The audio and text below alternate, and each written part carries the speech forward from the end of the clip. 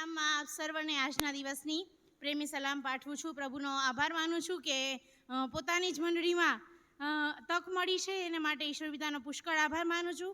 એ સાથે જ પાસ્ટોરેટ કમિટીનો, પાળક સાહેબનો અને સુપ્રિન્ટેન્ડન્ટ મેડમનો પણ આભાર માનું છું કે મને અહીંયા બોલાવી અને આ પ્રી VBS બહુ જ સારી રીતે થઈ શક્યું છે.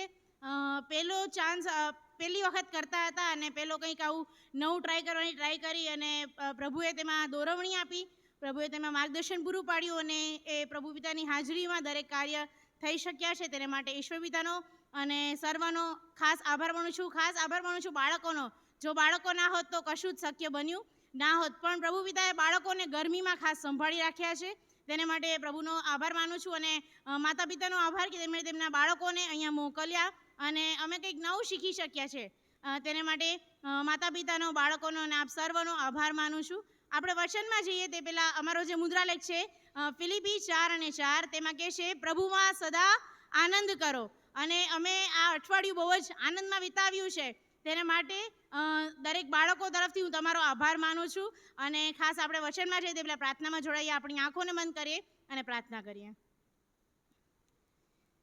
સર્વશક્તિમાન અમારા જીવતા અનુગ્રહકારી પરમેશ્વર પિતા, આ સમયે તમારા ચરણોમાં આવ્યા છીએ ત્યારે પિતા અમે તમારા હાથોમાં સોંપાઈએ છીએ. પિતા, જે કંઈ અમે વચન વાંચીએ, જે કંઈ અમે વચન શીખીએ તે તમારા તરફથી હોય તેવું તમારી પાસે માંગી લઈએ છીએ. પિતા, મારા મુખના શબ્દ અને મારા હૃદયના વિચારો તમારી હજુરમાં માન્ય થાય તેવું તમારી પાસે માંગી લઈએ છીએ. પિતા, આ પ્રાર્થના પ્રભુ ઈસુ નાઝરેના નામમાં સાંભળી માન્ય કરજો બાપ. આમેન. જે વચન વાંચવામાં આવ્યું તે છે પ્રેરિતોના કૃત્ય તેનો 16મો અધ્યાય, તેની 19થી 34મી કલમ. આપની પાસે જો આપના બાઇબલ હોય તો પ્લીઝ આપ ખુલ્લું રાખજો. પ્રેરિતોના કૃત્ય 16મો અધ્યાય, તેની 19થી 34મી કલમ. અને જ્યારે તે આપણે વચન વાંચીએ છીએ ત્યાં બે લોકોનો ઉલ્લેખ કરવામાં આવે છે અને તે છે પાઉલ અને સિલાસ. પાઉલ અને સિલાસ છે એ એક જગ્યાએ હોય છે અને ત્યાં એક એવી સ્ત્રી હોય છે કે જે ભવિષ્યવક્તા કરતી હોય છે અને એની પર દુષ્ટ આત્મા હોય છે. તેની આગળની કલમોમાં તે વાત લખેલી છે. અને ત્યારબાદ ત્યાં પાઉલ સિલાસ જાય છે ને એ એમના જે ધણી હોય છે સ્ત્રીના, તે એનાથી બહુ જ પુષ્કળ ધન કમાતા હોય છે. અને પહેલી કલમ આપણે 19મી વાંચી તો થાય છે કે પણ તેના માલિકોએ પોતાના લાભની આશા લોપ થઈ છે એ જોઈને પાઉલ તથા સિલાસને પકડ્યા અને તેઓને ચોટામાં અધિકારીઓની પાસે ઘસડી લાવ્યા. એ આગળના અધ્યાયમાં એવું બને છે કે એ લોકોને ત્યાં એમનો જે દુષ્ટ આત્મા હોય છે તેમાંથી તેને કાઢી નાખવામાં આવે છે અને એ કારણે તેના માલિકો છે ખૂબ જ ક્રોધિત ભરાઈ જાય છે. અને તે શું કરે છે તો પાઉલને સિલાસને પકડીને ત્યાં લાવે છે. જાણે છે કે એમની જે મૂડી હતી, એમની જે કમાઈ હતી એ હવે જતી રહેવાની છે એવું તેમને જાણ થાય છે અને પછી તે ત્યાંથી લઈ આવે છે અને તેમને ત્યાં લાવવામાં આવે છે. અને આગળ વાંચીએ તો જે બેઝ છે કલમનો તે છે 25મી કલમ. પ્રેરિતોના કૃત્ય 16મો અધ્યાય અને 25. મધરાતને સુમારે પાઉલ તથા સિલાસ પ્રાર્થના કરતા હતા તથા દેવના સ્તોત્ર ગાતા હતા અને બંદીવાનો તેઓનું સાંભળતા હતા. તેમાં લખ્યું છે કે તેઓ શું કરતા હતા? પ્રાર્થના કરતા હતા. આજે હું અલગ અલગ 4 પોઈન્ટ પર આપણી મંડળીને કંઈ કહેવા માંગુ છું. પહેલી વાત છે તે પ્રાર્થનાની બાબત છે. પ્રાર્થના તે આપણા જીવનમાં બહુ જ મુખ્યનો ભાગ ભજવે છે, કેમ કે પ્રાર્થના છે તે આપણને આપણા ઈશ્વર પિતા સાથે કનેક્ટ કરે છે. આપણે જો આપણા ઈશ્વર સાથે વાત કરવી હોય તો એ પ્રાર્થના એ સાધન છે, એ મહત્વની બાબત છે કે આપણે પ્રાર્થનાથી ઈશ્વર સાથે વાત કરી શકીએ છીએ. કોઈની સાથે આપણે વાત કરવી હોય તો આપણે ફોનનો ઉપયોગ કરીએ છીએ, પણ જ્યારે ઈશ્વર સાથે આપણે વાત કરવી હોય, એમની સાથે કનેક્ટ થવું હોય તો ત્યાં આવે છે કે પ્રાર્થના. આપણી મંડળીમાં આપણે જોઈએ તો અલગ અલગ વ્યવસ્થા છે કે આપણે પ્રાર્થનાની સંગત મળે છે અને પ્રાર્થનાની વેદીઓ સળગતી હોય છે. કૌટુંબિક પ્રાર્થના ઘરે થતી હોય છે, એ પ્રમાણે શનિવારની પ્રાર્થના હોય છે. આપણે જોઈએ છે કે અહીંયાથી પાળક સાહેબ જાહેરાત આપે છે, પણ કેટલા લોકો હાજર આવે છે? કેટલા લોકો તેમાં હાજર રહે છે? ગયા રવિવારે પણ રેણુકા આંટીએ આ જ બાબત ઉપર કીધું હતું કે પ્રાર્થનામય જીવન. અને આપણું જીવન એક ખ્રિસ્તી જીવન છે. આપણે કહીએ છીએ કે હું ખ્રિસ્તી છું. કોઈને ઓળખાણ આપવી હોય, તમે કોણ છો? તેમ કહેશે હું ખ્રિસ્તી છું. હે ને? આપણે કહીએ છીએ કે હું ખ્રિસ્તી છું, પણ આપણું ખ્રિસ્તી જીવન એ પ્રાર્થનામય જીવન ક્યાંય આઘું દેખાય છે આપણને. આપણે એ પ્રાર્થનામાં બહુ જ પાછળ છીએ. હું જ્યારે અહીંયા હતી ત્યારે અમે લોકો યુથ તરીકે શનિવારે પ્રેયરમાં મળતા હતા, શુક્રવારે પ્રેયરમાં મળતા હતા અને શનિવારે ચર્ચની સંગત મળતી હતી, તો બહુ જ ઓછા લોકો ત્યાં જોવા મળતા હતા. અને જ્યારે છેલ્લો શુક્રવાર આવે ત્યારે શું હોય? હોલ નાઇટ પ્રેયર હોય. તો પહેલાં તો 10 આવે અને હોલ નાઇટ પ્રેયરમાં તો ગણીને 5 કે 6 હોય છે. આપણે જોઈએ છે કે એ આપણું પ્રાર્થનાનું જીવન કેવું છે.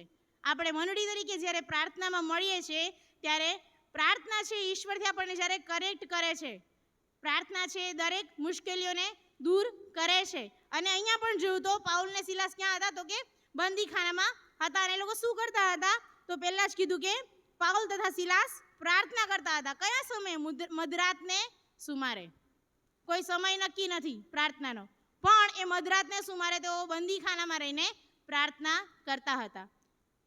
પહેલો સમુએલ 1 અધ્યાય 17 અને 18મી કલમ આપણે જોઈશું. પહેલો સમુએલ 1 અધ્યાય 17 અને 18મી કલમ. ત્યારે એલીએ ઉત્તર આપ્યો, શાંતિએ જા, તે ઇઝરાયલના દેવની આગળ જે વિનંતી કરી છે તે સાર્થક કરો. તેણે કહ્યું, તારી દાસી પર તારી કૃપા દ્રષ્ટિ થાઓ. એમ તે સ્ત્રી પોતાને માર્ગે ચાલી ગઈ અને તેણે ખાધું, ને ત્યાર પછી તેનું મુખ ઉદાસ રહ્યું નહીં. આપણે બધા જ જાણીએ છીએ આ સ્ત્રી કોણ છે.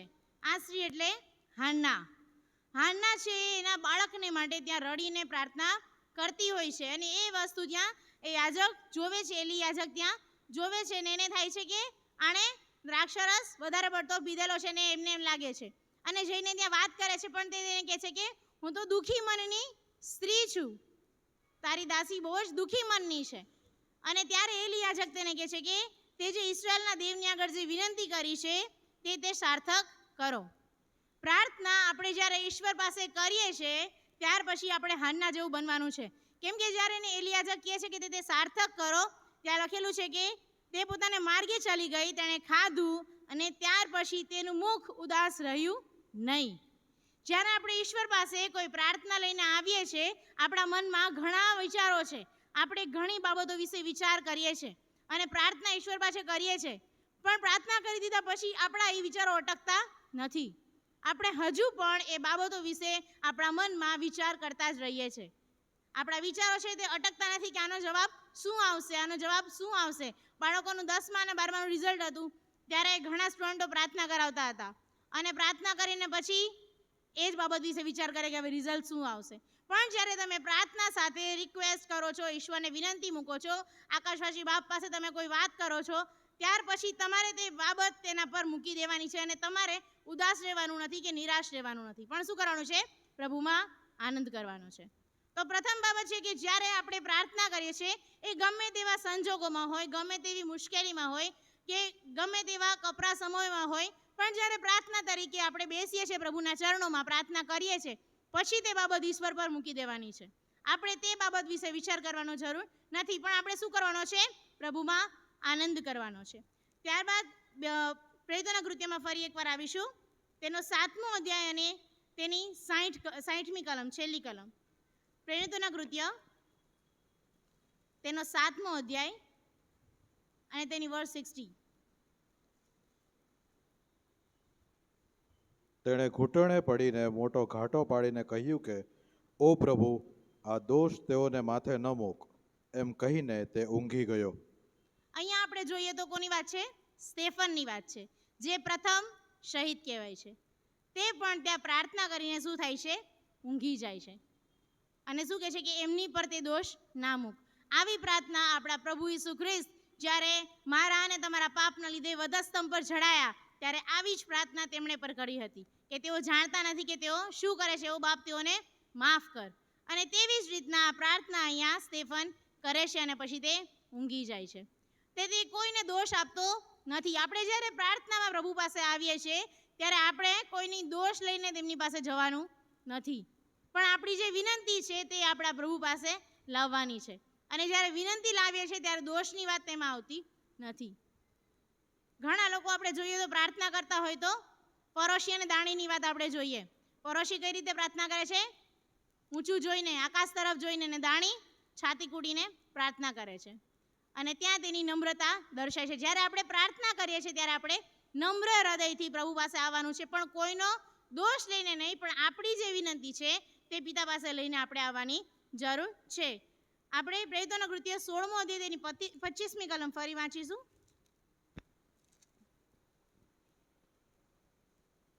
મધરાતને સુમારે પાઉલ તથા સિલાસ પ્રાર્થના કરતા હતા તથા દેવના સ્તોત્ર ગાતા હતા પ્રથમ આપણે જોયું કે તેઓ શું કરતા હતા? પ્રાર્થના કરતા હતા. અને બીજું શું છે ત્યાં લખેલું છે? તેઓ દેવના સ્તોત્ર ગાતા હતા.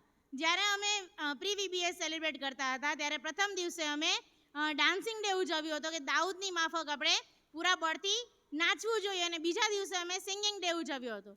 અને એ રીતે અલગ અલગ દિવસે એમને વચનો દ્વારા અમે શીખવતા હતા. પણ જ્યારે આ વચનો તૈયાર કરવા બેઠી ત્યારે આ વચન એક અલગ જ રીતે આવ્યું કે સ્તોત્ર ગાતા હતા. કેવી પરિસ્થિતિમાં હતા? એમના પગમાં બેડી ઘાલેલી હતી, એમના હાથમાં પણ બેડીઓ ઘાલેલી હતી, ને એ પરિસ્થિતિમાં પણ તેઓ ત્યાં પ્રભુના સ્તોત્ર ગાતા હતા. જ્યારે આપણે વર્શિપમાં ઊભા રહીએ છીએ ત્યારે આપણે કેવી રીતે ઊભા રહીએ છીએ? અહીંયાથી ક્વાયર ગીત ગાશે, રબકી હોવે સના હંમેશા, અને પછી કહેશે સારે મિલકર તાલી બજાવો, પણ આપણે શું કરીએ છીએ? અદબ પાડીને ઊભા રહીએ છીએ. કેટલા લોકો તાળી પાડે છે? પ્રભુની સ્તુતિ અને આરાધના છે. આપણી પાસે વાજિંત્રો વગાડતા જો નથી આવડતું તો ઈશ્વર આપણને સુંદર એવા 2 હાથો આપેલા છે. તેના દ્વારા આપણે તાળી પાડીને પણ ઈશ્વરની સ્તુતિ કરવી જોઈએ. તાળી પાડવામાં આપણને કંઈ જોર એટલું બધું આવતું નથી, પણ આપણે તાળી પાડીએ છીએ તો આપણા પ્રભુને જ માન, મહિમા અને ગૌરવ મળે છે. અને એ સમયમાં પણ વિચારો કે બંદીખાનામાં જો એ લોકો દેવના સ્તોત્ર ગાતા હતા તો પ્રભુનો આભાર છે કે આપણે આપણા સુંદર મંદિરમાં બેઠા છીએ, આપણા સુંદર ચર્ચમાં બેઠા છીએ. આ સ્થળ છે કે જ્યાં પ્રભુનો આપણે આભાર માનવો જોઈએ, તેમના સ્તુતિ આરાધના કરવી જોઈએ. પણ આપણે શું કરીએ છીએ? એમને ઊભા રહીએ છીએ, ગાતા પણ નથી અને તાળી પણ વગાડતા નથી. એ સાથે જ આપણા મહિનામાં 2 રવિવાર એવા છે. એક બીજો રવિવાર હોય છે કે જ્યારે મહિલા સંગતની સ્તુતિ આરાધના થાય છે, અને ચોથો રવિવાર હોય છે કે જ્યારે આપણે મંડળી તરીકે સ્તુતિ આરાધનામાં મળે છે. કેટલા લોકો આવે છે? તેમાં પ્રભુની સ્તુતિ અને આરાધના કરવાની જે તક મળે છે એ તક આપણે ઝડપવાની જરૂર છે. આપણે ફક્ત રવિવારે આવવાનું એવું જરૂર નથી કે રવિવાર છે એટલે આપણે ચર્ચમાં જઈને પ્રભુના ચરણમાં બેસીએ. પણ જ્યારે પ્રભુને પ્રાર્થના કરવાની તક મળે છે તો તક ઝડપો. જ્યારે પ્રભુની સ્તુતિ કરવાની તક મળે છે તો એ સ્તુતિ કરવાની તક પણ ઝડપી લેવી જોઈએ. અને એવું નથી કે ફક્ત તમે ગીતોથી પ્રભુની સ્તુતિ કરો, પણ તેમના વચનોથી પણ તમે વાંચીને તેમની સ્તુતિ કરી શકો છો. અને અહીંયા કહે છે કે બંદીખાનામાં તેઓ શું કરતા હતા? તો સ્તુતિ અને આરાધના કરતા હતા, પ્રભુના સ્તોત્ર ગાતા હતા. અને જે સ્તોત્ર ગાતા એ બંદીખાનામાં કેવો સમય હશે એમનો, પણ ત્યાંના બંદીવાનો છે તેમના સ્તોત્ર સાંભળતા હતા. આપણે જ્યારે અહીંયા પ્રભુની સ્તુતિ કરીએ છીએ, ડાયરેક્ટ બહાર મેઇન રોડ છે, લોકો ત્યાંથી પસાર થશે ને એમના કાને અવાજ પડશે કે અહીંયા પ્રભુની સ્તુતિ થાય છે. પણ આપણા જીવનો કેવા છે કે આપણે ટાઈમ મળે છે ત્યારે આપણે રવિવારે સવારે ચર્ચમાં આવી જઈએ છીએ, સાંજે આપણે એક દિવસની રજા છે તો આપણે કશે બહાર ફરવા જઈએ. સ્તુતિ આરાધના તો થશે જ, એ તો આપણે રવિવાર સવારે કરી લીધી ને. પણ આપણા જીવનો છે જ્યારે ઈશ્વરની સ્તુતિ અને આરાધના માટે જ્યારે પ્રભુ બોલાવે છે તો તરત આપણે એ સમયે ત્યાં હાજર રહેવાનો છે. બીજો સમુએલ 6 અધ્યાય તેમાં આપણે જોઈએ તો ત્યાં કરાર કોષને જ્યારે દાઉદ નગરમાં લઈ જતા હોય છે, દાઉદ એ હોય છે રાજા હોય છે. દાઉદ કોણ છે? રાજા છે. અને જ્યારે કરાર કોષને લઈ જતા હોય છે ત્યારે એ કરાર કોષની આગળ પૂરા બળથી નાચતા હોય છે. એમનામાં જેટલું બળ હતું એ બધા જ બળથી ત્યાં નાચતા હોય છે અને પ્રભુની સ્તુતિ કરતા હોય છે. આપણે ફક્ત તાળી પણ પાડી શકતા નથી. પ્રભુના બાળકો તરીકે જ્યારે આપણે એમના ભવનમાં આવીએ છીએ, હમણાં જ ગીત ગાયું કે તેરે ભવન મેં આનંદ કી ભરપૂરી હો. અને આનંદની ભરપૂરી જ્યારે આવે છે ત્યારે આપણે પ્રભુની સ્તુતિ કરતા આપણે નાચી અને કૂદીને દાઉદની માફક પ્રભુની સ્તુતિ અને આરાધના કરવી જોઈએ. તો બીજી જે બાબત આપણે શીખવાની છે કે આપણે ગમે તેવા સંજોગોમાં હોઈએ, ગમે તેવા સ્થળે હોઈએ, પણ જ્યારે પ્રભુ પિતા આપણને બોલાવે છે કે તું મારી સ્તુતિ કરવાને જા, તો આપણે તરત જ તે સમયે પ્રભુના ચરણોમાં આવવું જરૂરી છે. એ ચર્ચમાં હોય કે કોઈ બહાર જવાનું હોય, કોઈ પણ જગ્યાએ ક્રિશ્ચિયન કોન્સર્ટ થતા હોય છે ત્યાં પણ જવાનું હોય, પણ પ્રભુની સ્તુતિ કરવાની તક જો મળે છે તો એ તક ચૂકવાની જરૂર નથી, કેમ કે એ તક છે ફક્ત ને ફક્ત પ્રભુ ઈસુ આપણને આપે છે. ત્યારબાદ પ્રેરિતોના કૃત્ય તેનો 16મો અધ્યાય તેની 30 થી 34મી કલમ. તેઓને બહાર લાવીને તેણે તેઓને પૂછ્યું કે હે સાહેબો, તારણ પામવા સારું મારે શું કરવું જોઈએ? તેઓએ તેને કહ્યું કે પ્રભુ ઈસુ પર વિશ્વાસ કર, એટલે તું તથા તારા ઘરના સર્વ માણસો તારણ પામશે. ત્યારે તેઓએ તેને તથા તેના ઘરમાં જે હતા તેઓ સર્વને પ્રભુનું વચન કહી સંભળાવ્યું. પછી રાત્રે તે જ ઘડીએ તેણે તેઓને લઈ જઈને તેઓના સોળ ધોયા, અને તરત તે તથા તેના સઘળા માણસો બાપ્તિસ્મા પામ્યા. પછી તેણે તેઓને પોતાને ઘેર લાવીને તેઓની આગળ ભાણું પીરસ્યું અને પોતાના ઘરના સર્વ માણસો સાથે દેવ પર વિશ્વાસ કરીને ઘણો આનંદ કર્યો. ત્યાં લખેલું છે કે તેણે તેઓને બહાર લાવીને શું પ્રશ્ન કર્યો કે તારણ પામવા માટે મારે શું કરવું જોઈએ. એ જોવે છે ત્યાં બનાવ એવો બને છે કે ધરતીકંપ થાય છે, બધાની બેડીઓ ખુલી જાય છે, પણ કોઈ જ ત્યાંથી ભાગી જતું નથી, બધા જ ત્યાં છે. એ ત્યાં જોવે છે અને દરોગો તરત તેને બહાર લાવીને તેમને પૂછે છે કે તારણ પામવા મારે શું કરવું જોઈએ. આપણને તારણ છે એ પ્રભુ પાસેથી મળ્યું છે, કેમ કે પ્રભુ ઈસુએ મારા અને તમારા પાપોને લીધે વધસ્તંભ પર પોતાના લોહીને વેવડાવ્યું છે અને પાપની માફી આપણે એમના લોહીના છંટકાવથી આપણને પાપની માફી મળે છે. એ તારણ આપણને મફતમાં મળી ગયું છે, આપણે એમની કોઈ કિંમત ચૂકવવી પડી નથી, પણ આપણે તારણને બહુ જ ઇઝીલી લઈ લઈએ છીએ. આપણે એ તારણનો મતલબ ઝડપથી સમજતા નથી અને જ્યારે એ આવે છે ને ત્યારે એને કહે છે કે શું કહે છે 31મી કલમમાં કહે છે પ્રભુ ઈસુ પર વિશ્વાસ કર એટલે તું તથા તારા ઘરના સર્વ માણસો તારણ પામશો. અને ત્યાં કહે છે કે એ વિશ્વાસ કરવાની તેને ત્યાં બાબત કહે છે. જ્યારે આપણે પ્રભુનું વચન કોઈ સાંભળીએ છીએ તો આપણે રાહ જોઈએ છે કે ના ના હજુ તો વાર છે, હજુ તો વાર છે, પ્રભુના આવવાની હજુ વાર છે, હું અંતે તારણ પામીશ, અંતે તારણ પામીશ. અને તારણ પામવાની જે આપણી તક છે આપણે ચૂકી જઈએ છીએ. અહીંયા બેઠેલ ઘણા એવા લોકો છે કે તેમને તેમના જીવનો સોંપેલા હશે, પણ આપણે કોઈને કોઈ સમયે એ કાદવવાળા પાપમાં, કાદવ કેવો છે એકદમ ચીકણો છે, મેં મારા બાળકોને શીખવાડેલું હતું કે કાદવમાં જો આપણે પગ મૂકીએ તો એના છાંટા આપણી પર જ ઉડે છે અને એ કપડાં ધોતા ધોતા મમ્મીનો દમ નીકળી જાય છે, એ ડાઘા નીકળતા નથી. આ પાપ પણ વાલાઓ આવા જ છે. જ્યારે આપણે પાપમાં પગ મૂકીએ છીએ ત્યારે પાપના ઝીણા ઝીણા જે છાંટા ઉડ્યા છે એ છાંટા કાઢવા બહુ જ અઘરા પડે છે. મેં જ્યારે LTC કરેલો ત્યારે અમને એક વચન કીધું હતું કે પોતાના વળગી રહેલા પાપને તમે મૂકી દો. આપણા જીવનમાં ઘણા એવા પાપ છે જેને આપણે કહીએ છીએ કે આપણે તારણ પામેલા છે, મેં પ્રભુને નવજીવન સોંપેલું છે, મારું પ્રભુને જીવન સોંપેલું છે, પણ આપણા જીવનમાં ઘણા એવા પાપ છે જેને આપણે બધા હજુ પણ ક્યાંક ને ક્યાંક વળગી રહેલા છીએ. પ્રભુ આજે કહે છે કે વળગી રહેલા પાપને તું મૂકી દે અને વિશ્વાસ કર એટલે તું તથા તારા ઘરના એ સર્વ માણસો છો ત્યાં તારણ પામશો. અને જ્યારે એમને લાવે છે એ પહેલાં એમને શું કર્યા હોય છે? કોરડા માર્યા હોય છે. એ કેટલી દુઃખમાં હશે, કેટલી પીડામાં હશે પાઉલ અને સિલાસ, પણ તેઓ ત્યાં પ્રભુની સુવાર્તા કહેવાનું ચૂકતા નથી.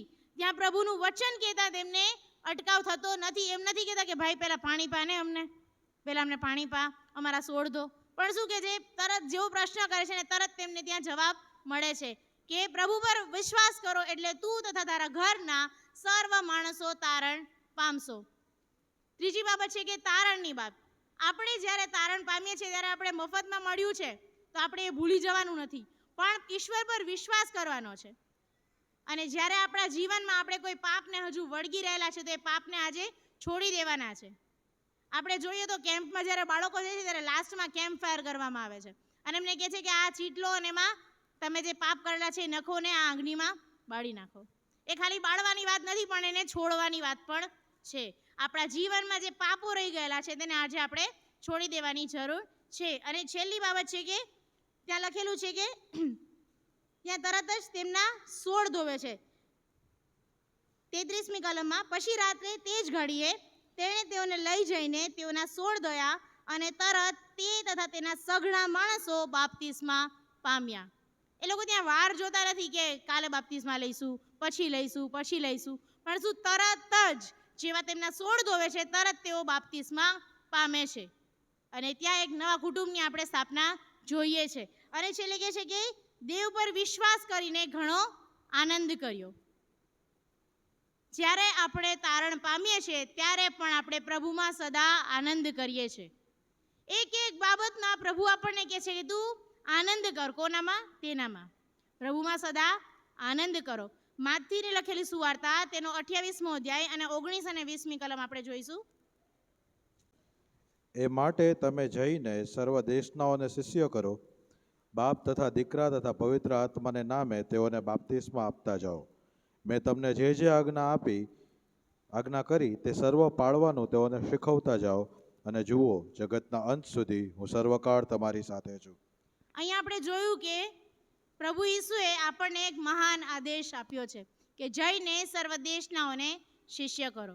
પાઉલ અને સિલાસને પણ જ્યારે પૂછવામાં આવે છે ત્યારે તેઓ એ જ કરે છે કે તરત જ તેઓ તેમને કહે છે કે પ્રભુ ઈસુ પર વિશ્વાસ કર એટલે તું તથા તારા ઘરના સર્વ માણસો તારણ પામશો. એ ત્યાં સુવાર્તા આપવાની તક છે એ તેઓ ચૂકતા નથી.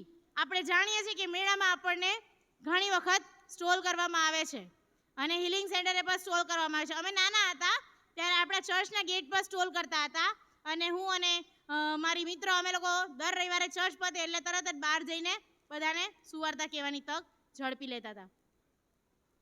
અને એ તક આપણને જ્યારે મળે છે એવું નથી કે ફક્ત આપણે મેળામાં જ આપણે સુવાર્તા પ્રચાર કરીએ, પણ આપણે જોઈએ તો મેળામાં જ્યારે આપણા સ્ટોલ કરવામાં આવે છે ત્યારે આપણામાંના કેટલા ત્યાં જતા હોય છે,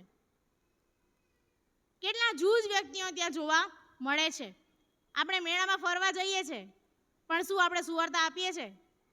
આપણે એ બાબત પણ ત્યાં ચૂકી જઈએ છીએ. જ્યારે આપણને કોઈ પૂછે છે કે આ શેનો સ્ટોલ છે તો આપણે ખાલી કહીશું કે અમારા ચર્ચનો છે, પણ આપણે ત્યાં કહેવા જતા નથી કે ત્યાં શું થાય છે, ત્યાં કઈ વાત તેમને કહેવામાં આવે છે. જ્યારે આપણને તક મળે છે કે પ્રભુ ઈસુ ખ્રિસ્ત કોણ છે તે કહેવાની વાતની આપણને તક મળે છે અને તે ત્યાં આપણે ચૂકી જઈએ છીએ.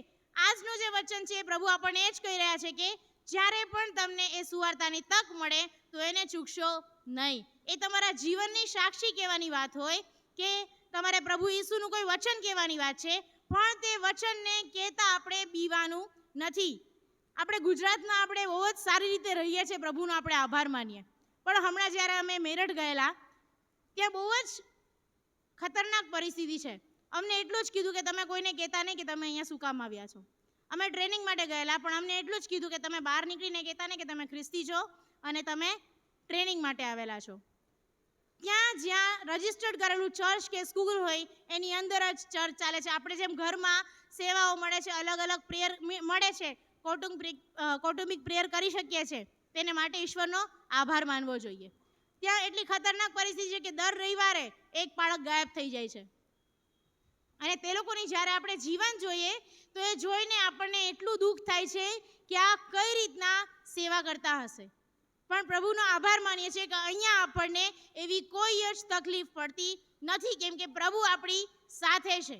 અને જ્યારે આપણી પર સતાવણી આવે છે તો આપણે પ્રાર્થના કરવી જોઈએ કે સતાવણી સહન કરવા માટે ઈશ્વર આપણને મદદ કરે. જ્યારે આપણે સુવાર્તા કહીએ છીએ ત્યારે ઘણી વખત આપણને આપણી વાત સાંભળવામાં આવશે નહીં, પણ એનો મતલબ એવો નથી કે આપણે સુવાર્તા કહેતા અટકી જઈએ. પ્રભુનું વચન જ્યારે આપણી પાસે આવે છે, આપણું જીવન જ્યારે કોઈ પૂછે છે કે તમે કોણ છો, તો એક ખ્રિસ્તી વ્યક્તિ તરીકે તમારી ઓળખાણ આપવી એ ખૂબ જ જરૂરી છે. અને ત્યાં કહે છે કે જ્યારે એમના કુટુંબના લોકો વિશ્વાસ કર્યો ત્યારે શું થાય છે? આનંદ કરે છે. ફિલિપી 4:4 પ્રભુમાં સદા આનંદ કરો. આપણા જીવન છે એમાં આપણે પ્રાર્થનાને જીવનને મહત્વ આપવાની જરૂર છે. ગમે તેવા સંજોગો હોય તેમાં પ્રાર્થના કરવાની જરૂર છે. બીજું કે આપણા જીવનમાં આપણે પ્રભુની સ્તુતિ કરવાની તક આપણે ઝડપી લેવી જોઈએ. એ ગમે તેવી પરિસ્થિતિ છે, તમે ક્યાં ઊભા છો, શું કરો છો, કશું જ જોવાની જરૂર નથી. ફક્ત આપણા પિતા આપણને જોવે છે ને તે બાબતે આપણે જોવાની જરૂર છે કે આપણા પિતા સાથેનો આપણો સંબંધ કેવો છે.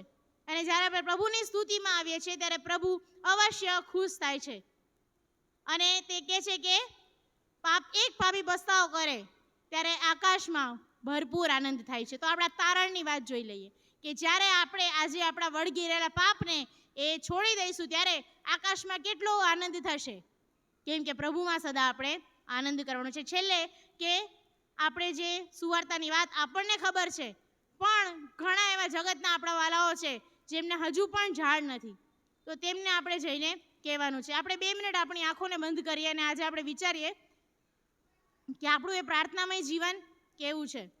શું આપણે પ્રાર્થનામાં આપણો સમય વધારે રાખીએ છીએ કે મોબાઈલ યુઝ કરવામાં જોઈએ છે? શું આપણે એ પ્રાર્થનાની સંગતોમાં હાજર રહીએ છીએ સમયસર કે નથી રહેતા? શું આપણે પ્રભુની સ્તુતિ કરવામાં એટલો જ સમય આપીએ છીએ કે જેટલો બીજા સાથે વાતો કરવામાં સમય આપીએ છીએ? શું પ્રભુના તાલંતો આપણે પ્રભુને માટે ઉપયોગમાં લઈએ છીએ કે નહીં, તે આજે આપણે જોવાની જરૂર છે. અને તારણ એ સાલ્વેશન આપણને મફતમાં મળ્યું છે, કેમ કે આપણા પ્રભુ ઈસુ ખ્રિસ્તે મારા અને તમારા માટે તેમનું જીવન આપી દીધું. એ પૃથ્વી પર આવ્યા અને એક એક જગ્યાએથી તેમનું રક્ત વેવડાવીને આપણને આપણા પાપોની માફી આપે છે. અને તારણની વાત આપણે જઈને સુવાર્તા રૂપી જ્યારે બીજાઓને કહેવાની છે, એ તકને આપણે ઝડપી લઈએ.